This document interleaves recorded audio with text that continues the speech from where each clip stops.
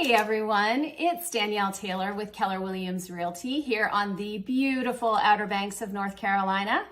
And Jody, what day is today? Stats Day. It's Stats Day, my favorite day of the month. Well, maybe not my favorite day, but pretty close. So yeah, I can't believe it. It's mid-September, which is crazy. I cannot believe we are 3/4 of the way through this year. So it's really going fast, y'all. I know, it's crazy. Enjoy it. Enjoy these last days of summer. We're certainly having some great weather down here. But I wanted to go ahead and do our monthly recap of the 4 metrics that we've been watching throughout this shift.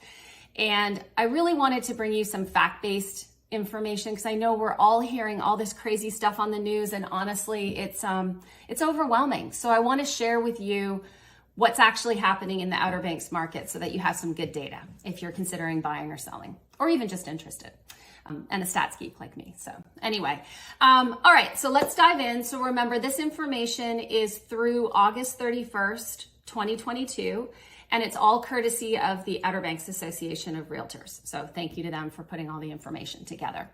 All right, let's dive in. Metric number 1, days on market.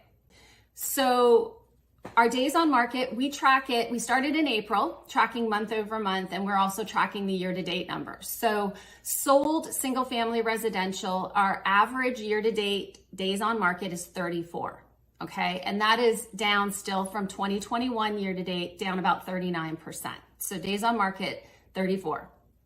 Month over month, we actually saw it declining April to May to June, and then we saw July jump up quite substantially by about 10 extra days on market to 33, and then in August we're back to 30. So on the lag metric, which is that sold days on market, we're seeing just stability. It's sort of hovering around that 30 to 34 range. However, remember, we started watching our lead metric because it's really the stuff looking forward that's going to tell us where we're going to end up. So actives and under contracts. So our active inventory, single family residential, is currently sitting at 81 days on market. Okay, so that's substantially more than what the solds are seeing. And it's a 5% increase over the 77 days that we saw in July. Okay. Under contracts, much lower than the actives, but still higher than the sold. So under contracts sitting at 43 days, okay? So that is showing us that property is absolutely sitting on the market longer. I wanted to dive into this a little bit because Jody and I were having a conversation earlier this week about DUC in particular, it happened to be, and about inventory and price levels and things like that. And so what I did was take a little quick dive into the price brackets. So if you read our newsletter, you know that we sort of group things into 4 price brackets. And I wanted to look at the days on market by price bracket to see what the differences were. I kind of had my suspicions, but I wanted to see if the data proved it. So interesting thing. So our first price bracket is less than 350,000. And if I look at the sold days on market for the last 3 months, that price bracket's about 36 days on market. Okay, so that's trending a little higher than the average, but not by much. Our average is 34. So the under contract properties are 31. So the actives are 59. Okay, so much, much higher for the actives, but we're expecting that column to be higher. What I took away from this, though, is you can see how desirable that sub 350 price point is because stuff is not moving slower, it's actually moving faster. So the under contracts are less than the solds. 350 to 750, 28 days on market, okay? Solds, 47 for under contracts. It's almost double. That's a big difference there. So we need to watch that. But that price bracket is definitely seeing longer days on market. Same with the 750 to $1 million. Solds are the same as the other bracket, 28, but the under contracts are 44 days on market. Okay. The $1 million plus average days on market for the solds in the last 3 months was 46. And under contracts is 69. So that price bracket is the one where we're seeing the biggest impact in days on market. So we'll watch those. And I think those are really important when we're looking at it for both buyers and sellers. On the seller side, it's important because we need to be really, really smart when we're pricing. And on the buyer side, we kind of know which categories are going to go quickly and where we've really got to move. So let's just keep that in mind.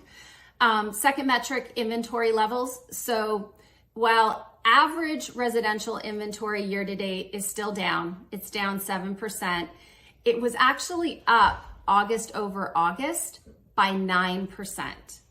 So that's an interesting statistic. But then when you look at it over July, we were down 2%. So again, the inventory is kind of doing this.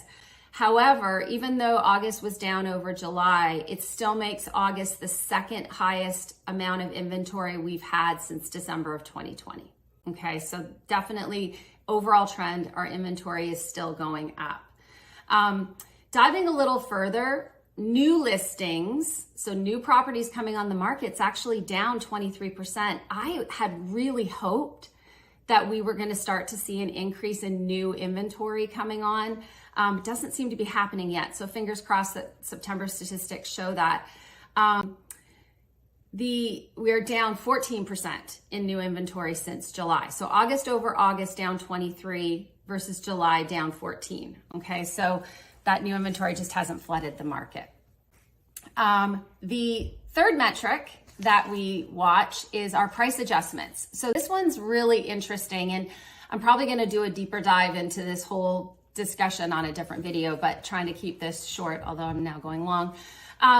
So our price adjustments. So we've been tracking year over year what percentage of our properties are selling after they've had a price adjustment, at least one price adjustment. So we've been tracking it year by year.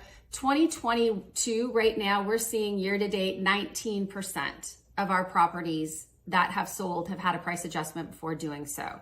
That is down slightly from 21, which was 20%, but really in that same range. Okay, so we are seeing price adjustments.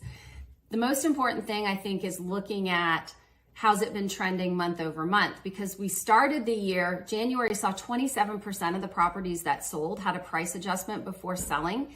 And then it started going down until we hit the bottom in May. May, only 11% of properties had a price adjustment before they sold. Then we started creeping up. July was 23%, and now August is 28%. So we're creeping up towards a third of our properties having a price adjustment before selling.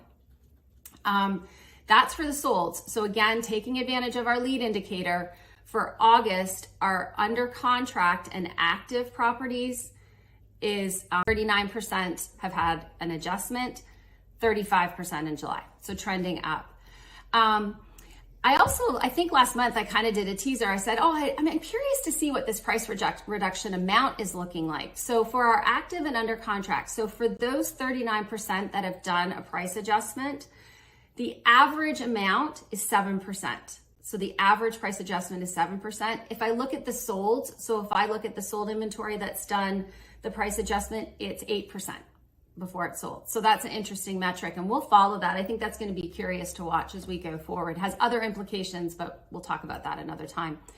Our last metric is what's happening with our median sale price.